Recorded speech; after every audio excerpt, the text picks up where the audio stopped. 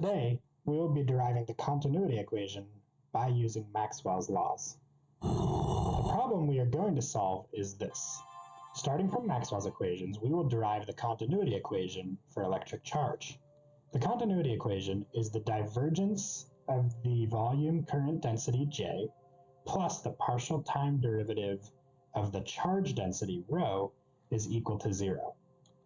Before diving into Maxwell's equations, I will review this equation by looking at each term and what they mean. If you're already familiar with this from partial differential equations, you can use the timestamps below to skip ahead to the derivation. The first term represents the divergence of current density, or the net amount of electric current flowing outward from a small region of space per unit volume. In other words, it is the net rate at which electric charge flows out of a small volume. It can have one of three values. If it is positive, then there is more current leaving the volume than there is entering. If it is negative, more current is entering the volume than it is leaving. And of course, if it is equal to 0, then the current entering the volume is equal to the current leaving the volume. The second term is the partial derivative of charge density rho with respect to time.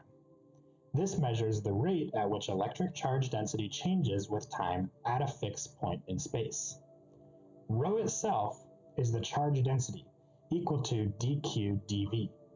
This measures the amount of net charge contained within an infinitesimally small volume surrounding a point. It is a local property, meaning it can change from one location to another. And at a specific point in space, charge can flow in or out of the tiny volume dv, leading to a change in the charge density rho. This is represented by our partial rho partial t, which measures how quickly the charge density rho changes with time. If the derivative is positive, our charge density increases. If our derivative is negative, then the charge density decreases. And of course, if the derivative is equal to 0, then the charge density is a constant. After examining each component separately, we can understand why they must be related by this continuity equation.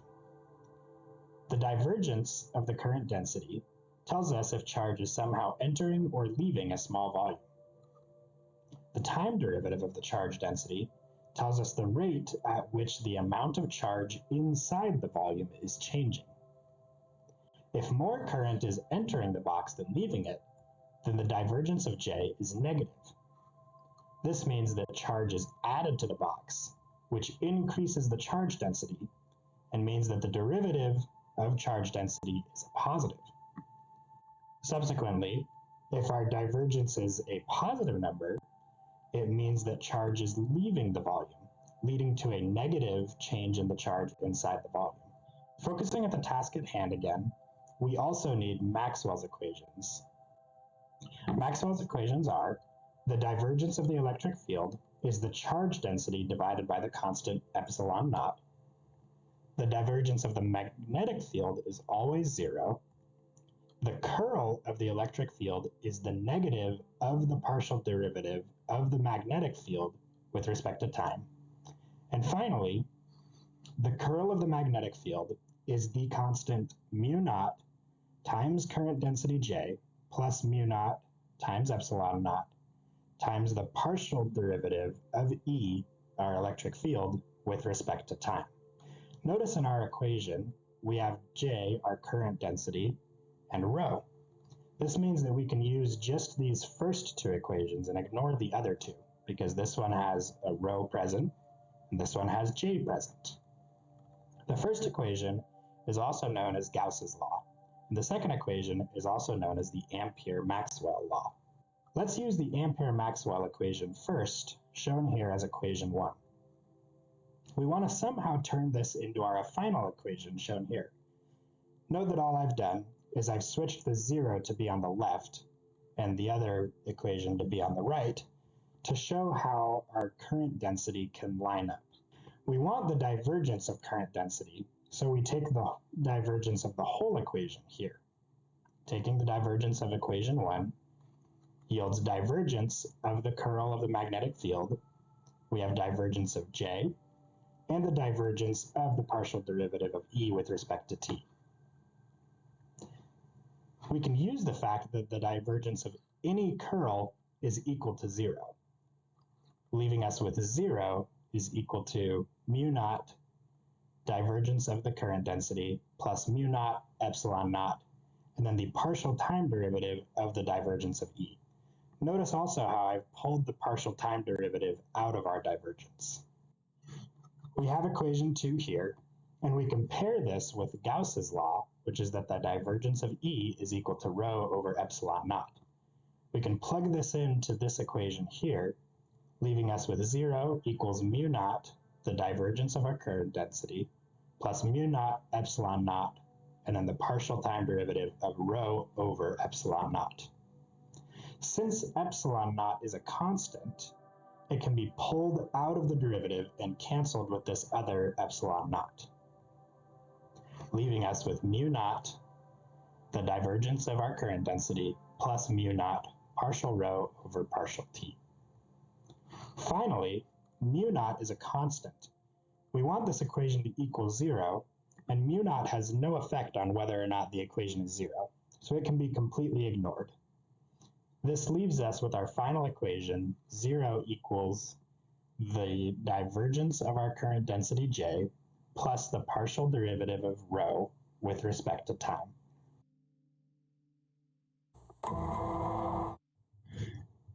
As a challenge problem, continuity equation in a large volume V and use the divergence theorem to prove that the electric charge is constant in time. This is assuming that our current density J vanishes at the surface. I've put here the divergence theorem, and it is that the sum of the divergence of all internal points is equal to the flux through the outermost surface of the volume. So I've written here our continuity equation on the left and the divergence theorem as a reminder on the right. The first thing we can do is we can integrate the continuity equation over the entire large volume V, as shown here. We can split this up into two different integrals because they are being added together, not multiplied or divided. You notice that the left half of the new equation is the same as our divergence theorem. We can apply this to get the surface integral of the current density. I've written our new equation in the top left here. We can apply that our current density J vanishes at the surface, meaning that this term on the left goes to 0, leaving us only with the term involving our charge density rho. Since the volume V is constant in time, our derivative can be pulled out of the equation, leaving us with just the volume integral of the charge density. But the volume integral of charge density rho is just the total charge Q, leaving us with the time derivative of Q is equal to 0. In order for the time derivative of something to be equal to 0, it must be a constant in time, proving our desired result.